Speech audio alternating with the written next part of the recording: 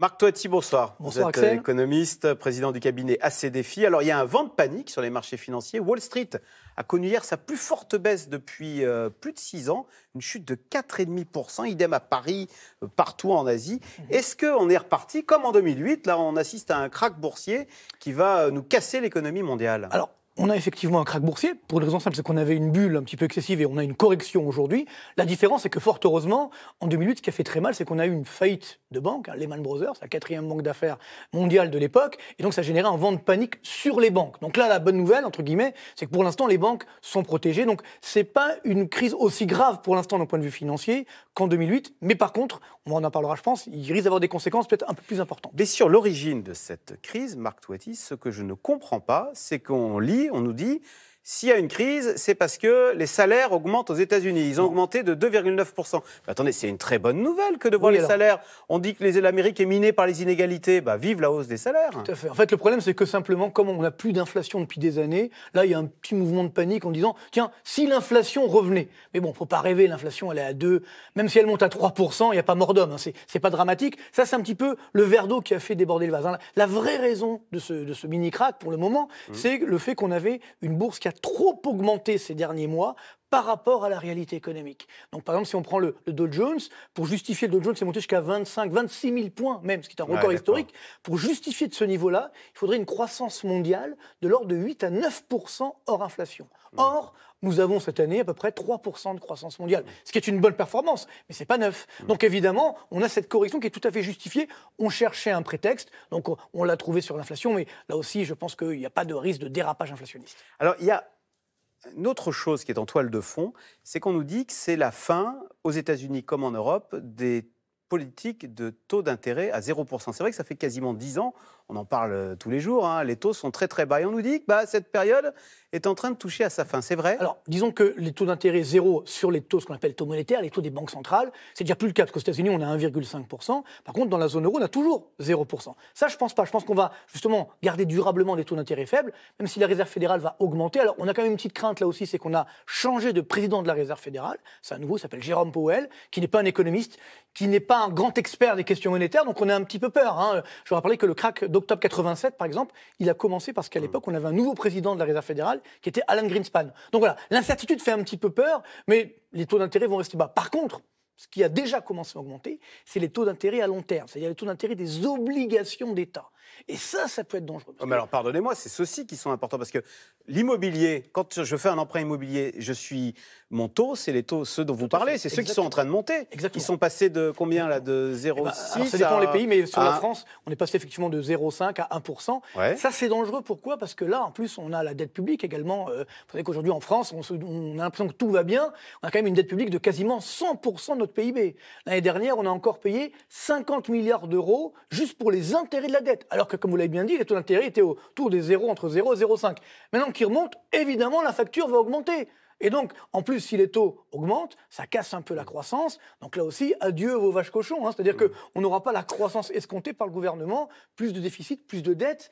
On a une idée, les taux d'intérêt long terme, s'ils augmentent de 1 point, ils ont déjà augmenté d'1 demi-point, ça accroît la facture d'environ de 10 milliards d'euros, mais surtout le vrai... 2 milliards la première année, puis après ça fait boule de neige. Voilà, exactement, mais surtout le gros problème c'est quoi ? C'est l'impact économique concret, parce que là, c'est sur les Français. Donc, parce que si déjà, on a eu l'année dernière, on a une petite croissance, allez, 1,9%, on s'est gargarisé, mais ça reste très faible, malgré, je dirais, les rebonds justement qu'on a eu. Mais si jamais ça repart à la baisse, déjà, on avait un taux de chômage autour des 9,7% l'année dernière. Là, évidemment, le taux de chômage, non seulement ne va pas baisser, mais puis même augmenter. Donc ça veut dire, on parle beaucoup de pouvoir d'achat, moins de pouvoir d'achat aussi pour les Français. Donc on est quand même sur la corde raide. On ne peut pas se permettre, justement, cette crise qui est en train d'arriver, malheureusement, et qui va évidemment faire mal. Donc cette baisse des bourses, cette hausse des taux, tout ça, ça peut rendre les gens un peu plus craintifs, et ça veut dire, dans l'immobilier, être moins acheté, moins financer les startups, etc. En fait, pour être très clair, on a 4 bulles devant nous. On a une première bulle boursière,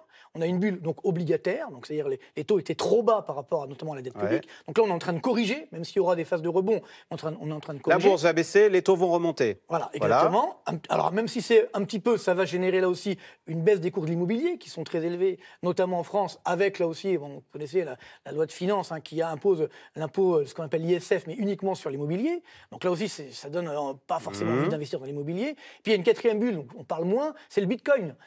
Alors là, ça s'effondre complètement. Ah ben il était monté, alors ça c'est amusant, il était monté à près de 20 000. Oui, en décembre dernier, on en est où là? Alors là, on est à moins de 6 000. Alors donc évidemment... Divisé par 3. Eh oui, donc j'espère que vos auditeurs et autres m'ont écouté, parce que ça fait des mois que je dis faites attention. Mais c'est un peu la cupidité humaine. On voit que ça monte, alors justement, plus ça monte, plus c'est dangereux. Surtout que là, il n'y a rien derrière. Autant la bourse, il y a des entreprises, il y a une réalité. Pareil pour l'immobilier, il y a quelque chose de concret. Là, effectivement, il n'y a rien. Et il peut redescendre jusqu'où ce Bitcoin? Il n'y a pas de limite. Il peut descendre à 1 dollar je n'irai pas jusque-là, mais à partir du moment où on va commencer à réglementer, évidemment, n'oublions pas que ça peut être très dangereux. Bon, c'était un peu une arnaque, quoi. C'est une arnaque, oui, bien sûr. N'oublions pas qu'il y a à peu près 5 à 10% des intervenants qui détiennent 90% des bitcoins. C'est une plateforme de blanchiment d'argent, tout simplement. Et seulement maintenant, on commence à réglementer, donc évidemment, ça baisse. Mais d'un point de vue économique, c'est ça le vrai danger. C'est que ces 4 bulles sont en train de se dégonfler en même temps, et évidemment, ça peut faire mal. On avait beaucoup parlé, vous savez, de ce tableau de Léonard de Vinci. D'ailleurs, on n'est même pas tout à fait sûr que ce soit lui qui l'ait entièrement peint, le Salvatore Mundi, le sauveur du monde, qui avait été acheté 450 millions de dollars. Certains avaient dit, finalement, les prix sont stratosphériques. Ça aussi, c'est comme les actions. Il y a une bulle sur le marché de l'art. Vous pensez aussi que là aussi, on avait atteint des sommets? Alors l'art, c'est un peu plus compliqué parce que c'est très subjectif finalement. Mais il faut rappeler une chose simple.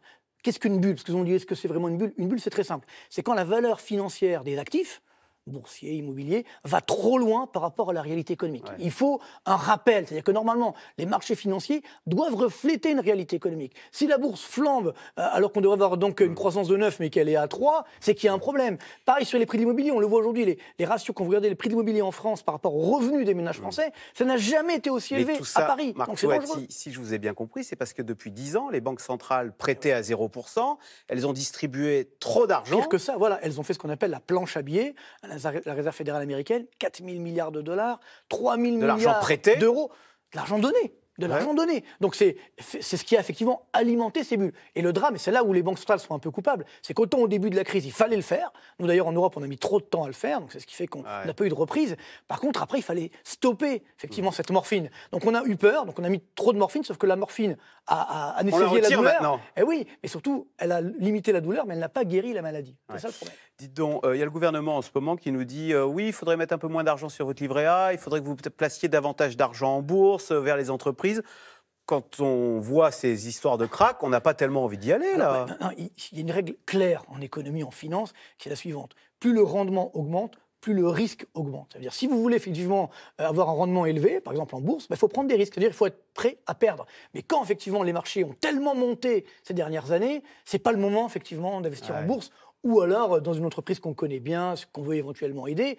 Mais évidemment qu'il y a un risque. Évidemment que c'est dangereux. Donc là, pour le moment, il faut rester, je pense, extrêmement prudent. Il y aura beaucoup de volatilité, ça veut dire forte hausse, forte baisse. Donc si on n'est pas spécialiste, mieux vaut se calmer, mieux vaut, entre guillemets, savoir où on investit, parce que sinon, effectivement, on peut avoir des Donc déboires. c'est pas simple, il n'y a pas de recette, de formule magique. La seule formule, c'est plus le rendement augmente, plus le risque augmente. C'était l'erreur des subprimes à l'époque. On a voulu laisser croire qu'on pouvait augmenter le rendement sans augmenter le risque. En fait, on avait des dettes subprimes derrière qui étaient titrisées, entre guillemets. Donc si on nous promet des produits miracles à 10%, ça n'existe pas. C'est que c'est une arnaque, comme le Bitcoin, on va se faire plumer. Vous allez gagner à tous les coups. Ça n'existe pas. Il faut simplement avoir ce bon sens économique. Merci sur ce conseil. Marc Touati, président du cabinet ACDFI. Merci. Merci à vous. Vous restez avec nous tout de suite. Caroline Roux, c'est dans l'air. Emmanuel Macron en visite en Corse. Et c'est au moment où les revendications nationalistes se font de plus en plus pressantes, comme la reconnaissance officielle de la langue corse, la libération des prisonniers dits politiques ou encore la nécessité de résider en Corse pour pouvoir y acheter un bien immobilier.